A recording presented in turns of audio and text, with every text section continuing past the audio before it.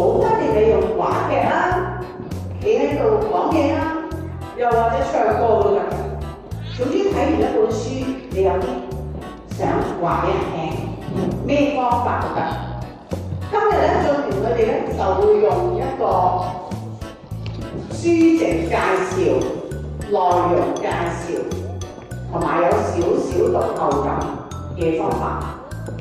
我哋其實好多嘢可以講，我哋今日揀咗3樣嘢去講，係咪？好啦，咁我哋就請 Mr. Chan 幫我哋開始咯喎。好，我哋3邊嘅代表就係吳景軒同埋莊俊賢同學啦。佢哋為我哋介紹呢本書好特別嘅，可能你未必睇過，不如交時間俾佢哋開始啦，好嘛？好，就可以開始啦，景軒俊賢。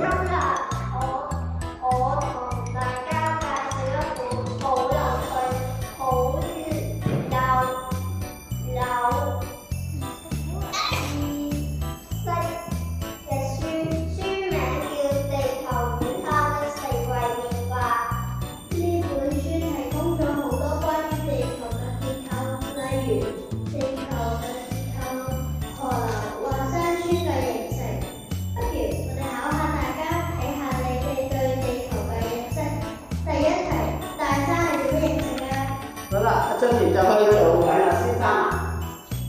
第個咪俾同學講下，山係點樣形成嘅？我估係石頭堆下堆下就堆成山。咦？邊個贊成啊？邊個支持佢嘅講法？咦？有人話石頭堆出嚟喎，啱唔啱啊？俊賢？啱一個攞俾佢禮物佢啦。咁啊，景軒幫我哋解釋下山係點樣走出嚟嘅？尤其是高山。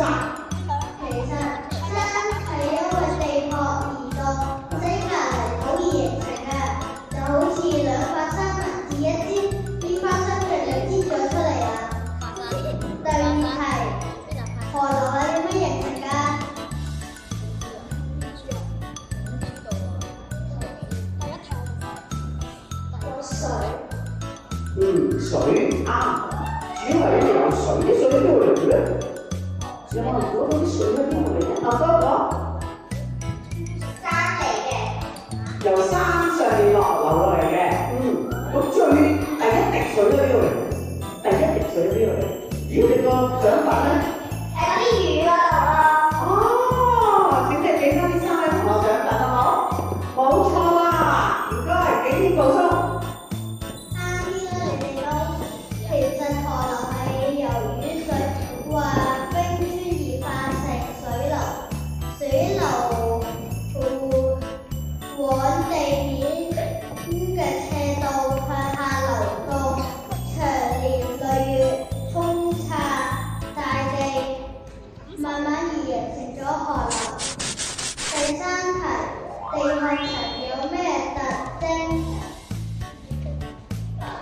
地殼層係邊層啊？即係裏邊定外邊啊？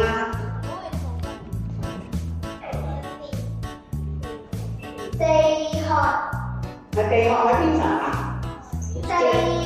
最面定最入邊啊？最出面。最出面面頭嗰層啊？西瓜皮嗰層係咪啊？好，有咩特別嘅呢啲層？西瓜皮有咩特別嘅咧？有冇人唔知道咧？嗱，好心嘅其實真係，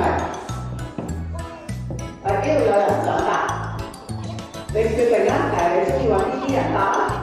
係用嚟包養，然之後就係生出嚟就有啲皮，唔使俾啲蟲入咗去。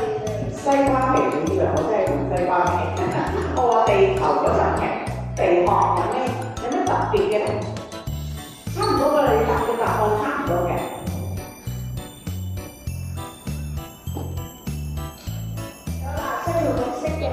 哦，顏色有藍色同綠色，綠色係咩嚟㗎？係草地同埋嗰啲樹。好，草地同樹就係綠色啦，照俾禮物㗎喎，逢親答你嘅人都有禮物㗎嚇。係啦，答過你嘅問題都有禮物嘅。咁藍色係咩嚟嘅咧？藍色係咩？海啦，河啦，就係藍色喎。OK。啱嘅，請景軒補充。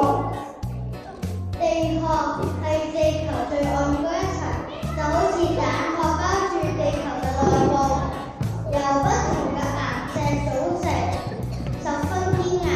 係你哋係保護地球外部啊！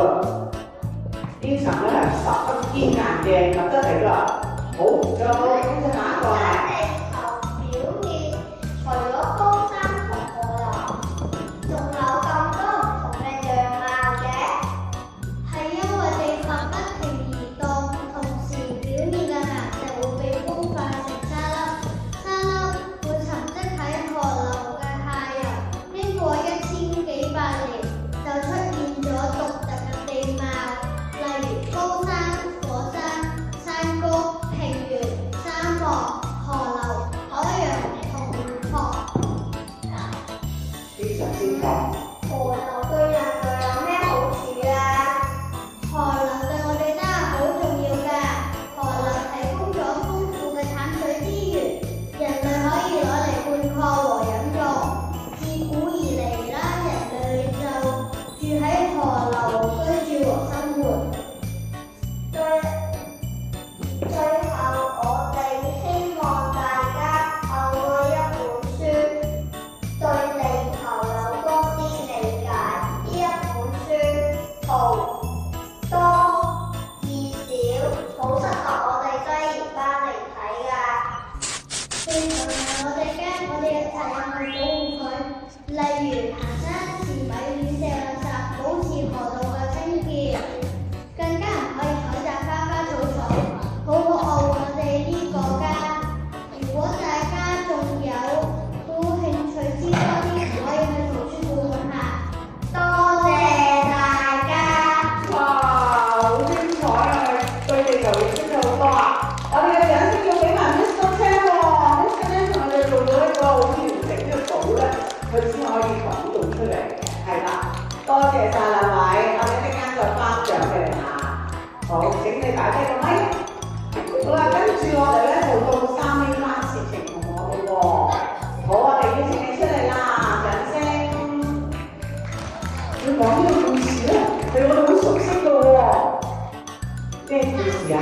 白雪公主啊！當然啦，就同我哋聽開嘅白雪公主有啲唔同嘅。依然有盧河啦，有蘋果啦，有一個好靚嘅白雪公主啦，仲有一班好得意嘅動物啦，仲有魔鏡啊！魔鏡啊！今日咧，事情就會為我哋講一個片段，就係講呢一個白雪公主嘅同魔鏡嘅故事，係咪？你應該係只係節錄一部分嘅啫，係咪？咁我哋聽下啦，嚟。我们不是，演完还没说完，松鼠妈妈很焦急地向我进告诉我，我的儿子不见了，找了半天也找不到，他到底在哪里啊？这里魔镜显示出一个女士，白皙如雪，嘴唇红如血，胸花黑如像乌炭木一样的小女孩，正躺在草地上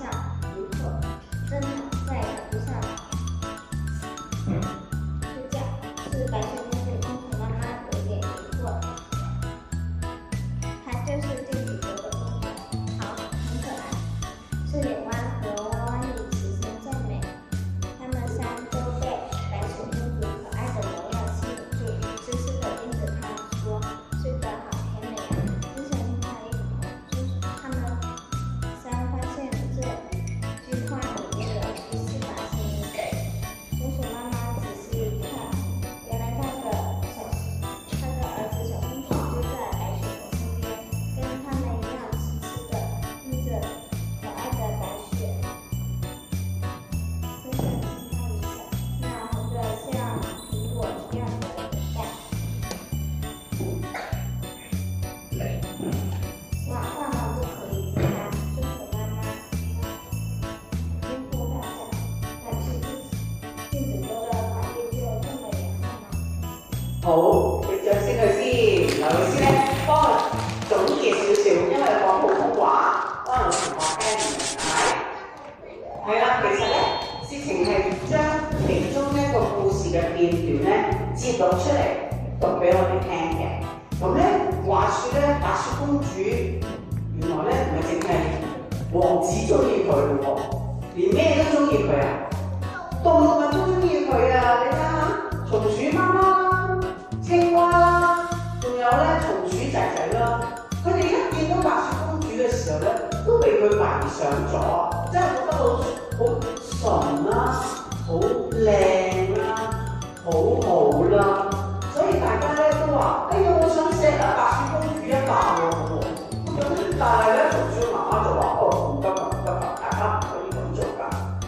但係後來呢個故事發展成點㗎？知唔知啊？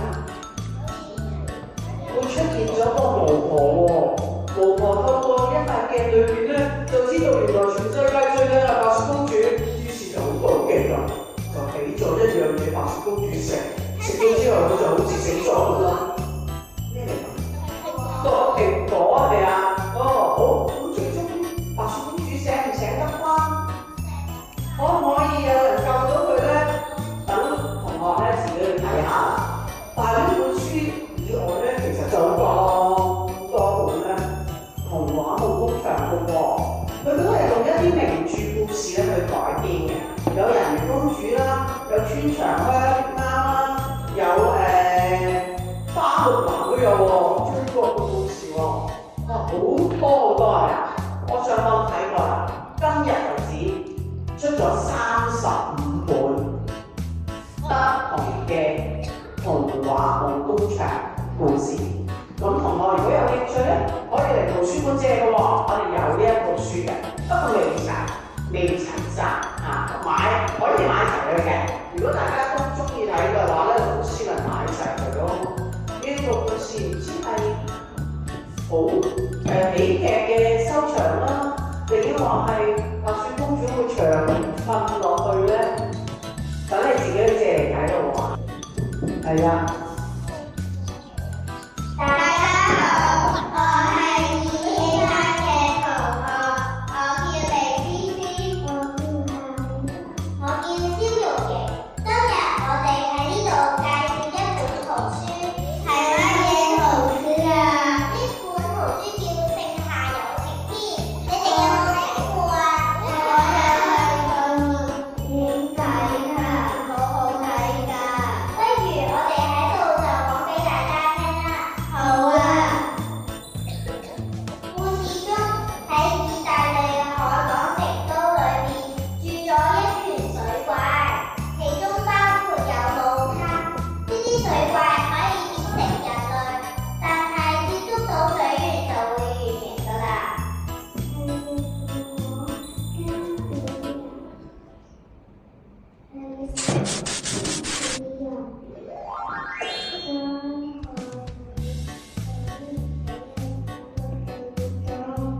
有一日，路卡認識海怪男孩艾伯圖，艾伯圖鼓勵路卡上陸地玩，教佢想變成人類。路卡佢嘅父母發現佢喺陸地活動，就決定讓佢嘅燈籠與大伯住喺深海。路卡反對咗，就跟從咗阿伯圖逃到馬利島，尋找真正嘅摩托車。佢哋在路中遇咗困難和危險，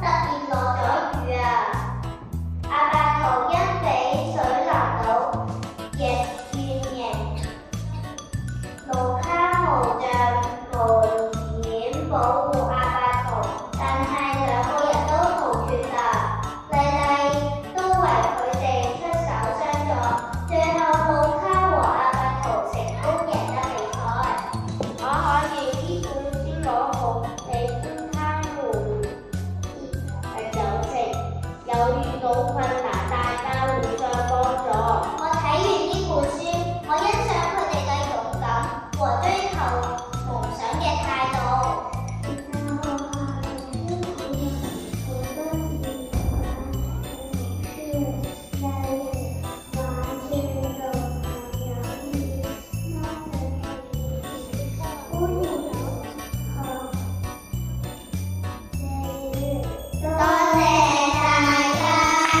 哇！我都好欣賞你3個咁勇敢喎，俾啲掌聲張常同埋黃老師。黃老師係志晴嗰班嘅負責老師喎。其實咧每一次同學企出嚟咧，都係得1-2分鐘嘅時間，好似好快過係咪啊？你會心諗佢講得麻麻啦，佢講得好好啦，我講可能好過佢啦。你知唔知佢哋出場之前，老師、同學用咗好多時間準備㗎？你信唔信啊？但係如果唔信，你下次由你出嚟試下，你就知道要準備幾多時間先夠膽去企出嚟同人分享。你見到每個都有紙仔揸住係咪？即係話預先咧已經寫好咗自己嘅稿咯。然後按住個稿咧去練習咯，我好期望下次由你出嚟喎，好唔好啊？